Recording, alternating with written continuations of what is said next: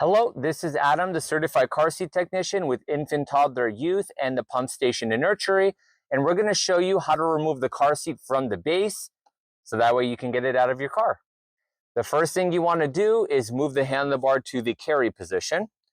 There are two gray buttons, one on each side of the handlebar. You need to push them both, and then you're going to move this up. Behind the base, there's two white buttons you have to push and squeeze. While the Doona is connected, the window here is going to be green. You want to push the small button with your thumb, push in the big white button with your fingers, and then when you pop the car seat out, it's going to be red. When you're ready to put your car seat back in, you're going to set the car seat down on the base. The window here is going to turn from red to green. Once the car seat is attached to the base, you're going to move your handlebar forward.